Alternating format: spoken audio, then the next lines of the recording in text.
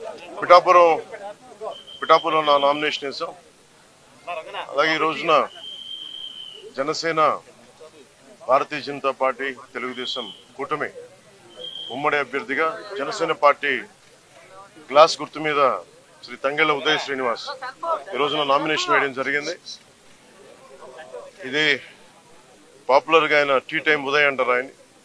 So అదే request చేశాం election commission కూడా, టీ టైం ఉదయ్ గా ఏమాత్రం పాసిబిలిటీ ఉన్నా దాన్ని బ్యాలెట్ పత్రంలో చేయమని. రూల్ 56 పేజ్లో ఒక రూల్ ఉంది. సో దాని ప్రకారం చేసుకోవచ్చు. అది కూడా వాళ్ళు కన్సిడర్ చేశారు. ఈ ఎన్నికలు చాలా రాష్ట్రానికి చాలా కీలకమైనవి. వచ్చే ఎన్నిక ఒక 5 సంవత్సరాల కోసం కాదు, ఒక తరం కోసం. ముఖ్యంగా ఓఎన్జీసీ, రిలయన్స్, అలాగే రకరకాల పరిశ్రమలు, కాకినాడ SEZలు, అలాగే ఇంత అపారమైన తీర సంపద ఉన్న ప్రాంతం, విపరీతమైన మత్స్య సంపద ఉన్న ప్రాంతం, ఇలాంటి చోట్ల అనేక సమస్యలు ఉన్నాయి. ఈ ప్రాంతంలో కాకినాడ పార్లమెంట్ అభ్యర్థిగా శ్రీ తంగెళ్ళ ఉదయ్ శ్రీనివాస్ గారు గెలుపు చాలా చాలా కీలకం. అలాగే కొండబాబు గారి గెలుపు కూడా కాకినాడ అర్బన్ తెలుగుదేశం పార్టీ మీద చాలా చాలా కీలకం. కాకినాడలో రౌడీజం ఎక్కువైపోయింది, గాంజా క్యాపిటల్ అయిపోయింది. ఎటు చూసిన 14-15 ఏళ్ల పిల్లలు కూడా గంజాయిని విచ్చలవిడిగా దొరుకుతూ ఉంది. తల్లిదండ్రులు పడ్డ బాధ చెప్పుకోలేంది. Law and order క్షీణించిపోయింది. మా కూటమి ఇది వైఎస్ జగన్ చెప్పి తను ఒకటిచ్చే హామీ, 5 సంవత్సరాలు అద్భుతమైన మ్యాండేట్ ఇచ్చారు ప్రజలు. ఏ ఒక్కటి కూడా నిలబెట్టుకోలేదు. Law and order క్షీణించిపోయింది. 30,000 మంది ఆడపిల్లలు అదృశ్యం అయిపోయారు. ఉద్యోగాలు లేవు, ఉపాధి అవకాశాలు లేవు, ఏ పథకాలు కూడా సరిగ్గా అందలేదు. ఇలాంటి సమయంలో ఒకళ్ళు కాదు, ముగ్గురం కల్పిస్తున్నాం. ఎందుకంటే 5 కోట్ల మంది ప్రజలకి ఒక పార్టీ కాదు, 3 పార్టీలు కలిసి ఈ రోజున మేము ఒక బలమైన కూటమిగా 2014 ఎలాంటి కూటమిగా ఏర్పడ్డామో అలాగే ఉభయ గోదావరి జిల్లాలో కూడా, ముఖ్యంగా ఉభయ గోదావరి జిల్లాల్లో జనసేన, భారతీయ జనతా పార్టీ, తెలుగుదేశం కూటమి స్వీప్ చేయబోతుంది. నిన్న చెప్పాను, మనది జంతు ప్రపంచం కాదు, మానవ ప్రపంచం. కాకినాడ పార్లమెంట్ సంబంధించి 7 నియోజకవర్గాల్లో మీ ప్రభావం ఎలా ఉంటది? దీనికి సంబంధించి నేను అనేది, మీరు 400 కోట్లు కలెక్ట్ చేశారు మీ పార్టీ గారు 4-5 నెలలుగా. ఎందుకంటే చల్మల శెట్టి సునీల్ గారు నాకేమి శత్రువు కూడా, ప్రత్యర్థి కూడా కాదు. ఆయన రోజు ఏదో ఒక మా ఇళ్లలో, మా బ్రదర్స్ హౌస్లో చూస్తూనే ఉంటారు. సరే, ఆ పొలిటిక్స్ వేరు, స్నేహం వేరు, కుటుంబ స్నేహం వేరు. నిజంగా ఆయన ఒక పార్టీ మీద నిలకడగా ఉండే వ్యక్తి అయితే నిజంగా ఒక జాలి పాపరే. ఎన్నిసార్లు ఓడిపోయాడు, ప్రతిసారి అవకాశవాదంగా నిలబడటం, వెళ్ళిపోవటం, మళ్ళీ ఎలక్షన్ ముందు రావటం, ఇవన్నీ సరైన సంకేతాలు పంపవు. ఉదాహరణకి నేను కూడా ఓడిపోగానే నేను పార్టీ మూసేసి మళ్ళీ ఇప్పుడు వస్తే బాగుంటుందా? అది నమ్ముతారా? అది ఒక దశాబ్దం కింద పడ్డాం, నలిగాం, కింద మీద పడ్డాం, బలం ఉండి కూడా తగ్గించుకొని మరి ఈ రోజున ప్రజలు గెలవడానికి కూటమి ఏర్పాటు చేసుకున్నాం. సో చలమల శెట్టి సునీల్ ఆయన వ్యక్తిగతంగా నాకు బాగా తెలుసు, ఆయన పరిచయం బాగా ఉంది, ఉదయ్ గారికి కూడా ఉంది. కానీ కాకినాడ పార్లమెంట్కి అతను సరైన వ్యక్తిగా. ముఖ్యంగా సునీల్ గారు చాలా కీలకమైన ప్రశ్నలు కొన్నిటికి సమాధానం చెప్పాలి. కాపు రిజర్వేషన్ని చీకొట్టింది వైసీపీ పార్టీ. అలాంటి పార్టీని రిప్రజెంట్ చేస్తున్నారు.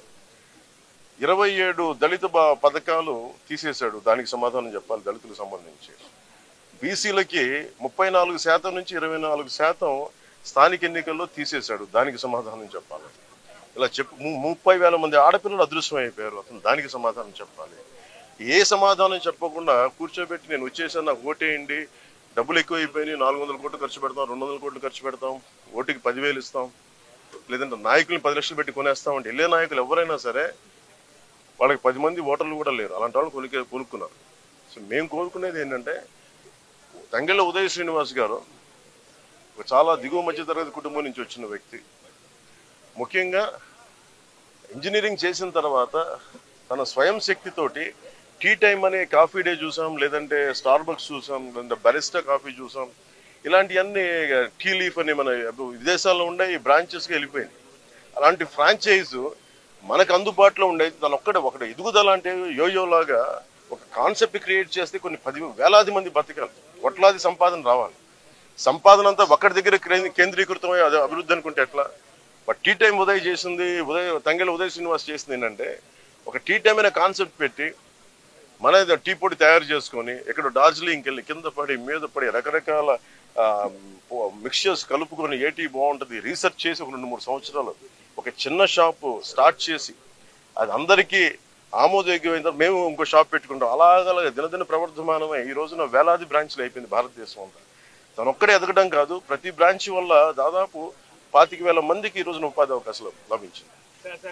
అలాగే 8 నుంచి 11,000 మంది ఆడపిల్లలకి వాళ్ళ కాళ్ళ మీద వాళ్ళు నిలబడగలిగే టీ టైం సంపాదన పడలేదు.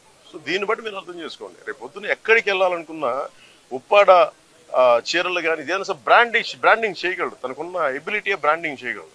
కాకినాడని అద్భుతమైన ఏమేమైతే స్థానికంగా ఉత్పత్తులు ఉన్నాయి వాటన్నిటికీ ఇంటర్నేషనల్ బ్రాండింగ్ పట్టుకురాగలిగే సత్తా తంగెళ్ళ ఉదయిస్తుంది.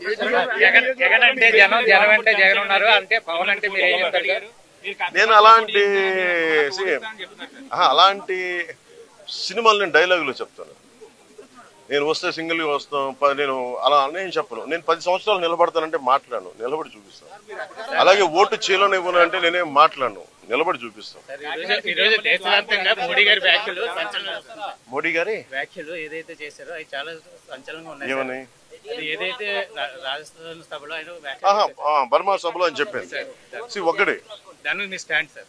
అదే చెప్తున్నాను కదా, జగన్ జైలుకి వెళ్ళడం అది మోడీ గారి గ్యారంటీ. అది బర్మా సభలో రాజస్థాన్ లో చెప్పారు. ఎవరైనా సరే కరప్షన్ చేసిన వాళ్ళు ఎవరైనా సరే జైలుకి వెళ్ళడం తప్పదు.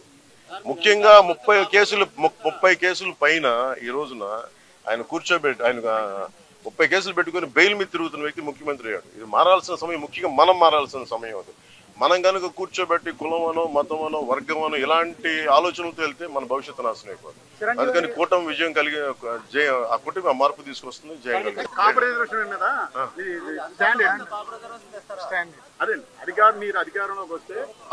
ఇది ఫస్ట్ మీరు చల్మూరు సుట్టి సునీల్ అడగండి. ఫస్ట్ ఈ మాట ఎవరైతే సపోర్ట్ చేస్తారో ఫస్ట్ వాళ్ళ దగ్గరికి వెళ్ళి ఈ ప్రశ్న అడిగి అప్పుడు నన్ను అడగండి.